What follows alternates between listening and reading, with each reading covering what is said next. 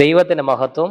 നോമ്പിൻ ദിനങ്ങളിൽ 5-ാം ദിവസം വചനധ്യാനത്തിലേക്ക് പ്രാർത്ഥനയോടെ സ്വാഗതം. ധ്യാന വിഷയത്തിന് യിരെമ്യാ പ്രവാചകന്റെ പുസ്തകം 31:22 വാക്യം.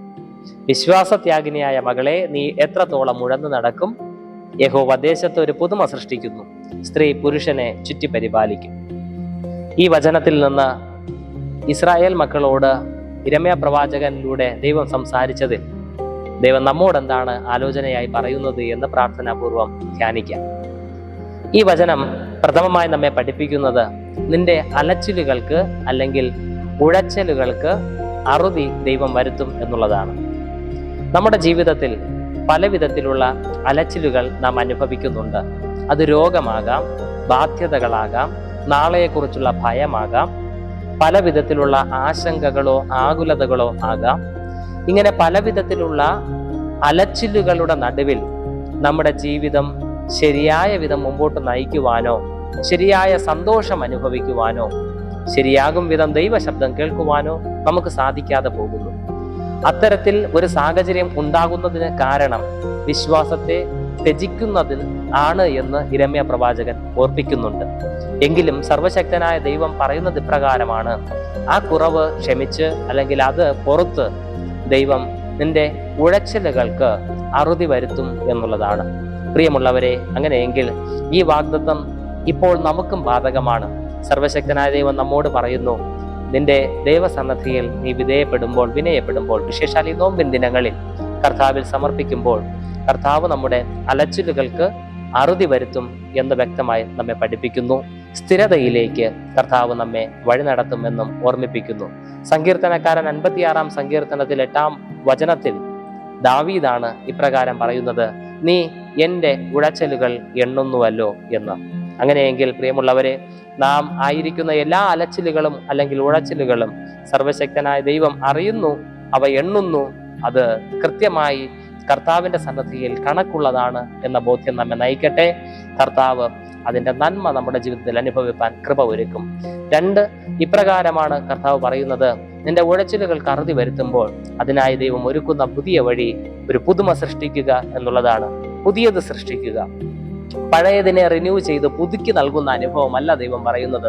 പുതിയത് നിന്റെ രോഗം കാരണം നീ അനുഭവിക്കുന്ന വേദന തീരുന്നതിനായി ദൈവം പുതുതായി ഒരു കൃപ, നിന്റെ ബാധ്യതകൾ തീർന്ന് അതിൽ നിന്നും പുറത്തേക്ക് വരുന്നതിനായി പുതിയൊരു കൃപ സർവശക്തനായ ദൈവം ഒരു പുതുമ സൃഷ്ടിക്കുമെന്ന് വ്യക്തമായി ബോധ്യം നൽകുന്നുണ്ട്. മനുഷ്യന്റെ യുക്തിക്കും ബുദ്ധിക്കും അറിവിനും അപ്പുറമായി ലോകത്തിന്റെ നിയമത്തെ തന്നെ മാറ്റിമറിക്കുന്ന ഒരു ദൈവിക ഇടപെടലായി സർവശക്തനായ ദൈവം ആരുടെയും ഹൃദയത്തിൽ തോന്നാത്ത, ആരുടെയും കണ്ണിൽ കാണാത്ത, ആരുടെയും ചെവി കേൾക്കാത്ത ഒരു വലിയ നന്മ, പുതുമ, അനുഗ്രഹം സൃഷ്ടിക്കുവാൻ തക്കവണ്ണം കർത്താവ് ഒരുങ്ങിയിരിക്കുന്നു എന്ന് ഈ വചനം നമ്മെ ബോധിപ്പിക്കുന്നു. ഒടുവിലായി നമ്മെ ഈ വചനം പഠിപ്പിക്കുന്നത് ദൈവം ഒരുക്കുന്ന ഒരു വിടുതൽ ഉണ്ട് എന്നുള്ളതാണ്. ഈ വചനത്തിന്റെ അവസാന ഭാഗം ഇപ്രകാരം എഴുതിയിരിക്കുന്നു: യഹോവ ദേശത്തൊരു പുതുമ സൃഷ്ടിക്കുന്നു, സ്ത്രീ പുരുഷനെ ചുറ്റി പരിപാലിക്കുന്നു.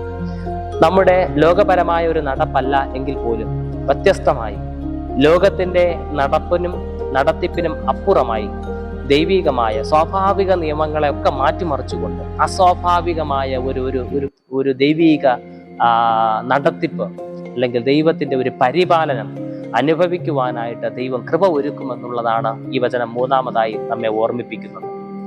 ഇവിടെ ഈ വചനം നമ്മെ വ്യക്തമായി 3 കാര്യങ്ങൾ ഓർപ്പിച്ചുവല്ലോ.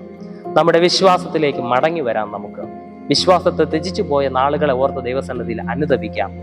ദൈവം നമ്മെ നടത്തുവാൻ ശക്തനാണ്, നമ്മെ കരുതുവാൻ പുലർത്തുവാൻ മതിയായവനാണ് എന്ന് ഉറച്ചു വിശ്വസിക്കാം. ഉറപ്പോടെ കർത്താവിൽ സമർപ്പിക്കുമ്പോൾ, വിശ്വസിക്കുമ്പോൾ അത് നമ്മുടെ ജീവിതത്തിന്റെ സമൂലമായ മാറ്റത്തിന് കാരണമായി തീരും. ഈ നോമ്പുകാലം ശരിയായ വിശ്വാസത്തിലേക്ക് ഉള്ള മടങ്ങി വരവായി തീരട്ടെ. നമുക്ക് ദൈവത്തോട് പ്രാർത്ഥിക്കാം. സർവശക്തനായ ദൈവമേ, ഞങ്ങളിലെ ബലഹീനതകൾ ക്ഷമിച്ച് കർത്താവെ, ഞങ്ങളുടെ അലച്ചിലുകൾക്ക് അറുതി വരുത്തുവാൻ അങ്ങ് ആഗ്രഹിക്കുന്നുവല്ലോ. ഞങ്ങൾ അങ്ങയിൽ സമർപ്പിക്കുന്നു. ഒരു പുതുമ സൃഷ്ടിച്ച് കർത്താവ് ദൈവികമായ കരുതലും ഇടപെടലും ഞങ്ങൾ അനുഭവിച്ച് കർത്താവിന്റെ കരങ്ങളിൽ സുരക്ഷിതരായിരിക്കാൻ ഈ നോമ്പിൻ ദിനങ്ങളിൽ അവിടുത്തെ സഹായിക്കുകയും അങ്ങയുടെ ദിവ്യമായ വിശ്വാസത്തിലേക്ക് മടങ്ങി വരുവാൻ കൃപ നൽകുകയും ചെയ്യണമേ. ആമേൻ.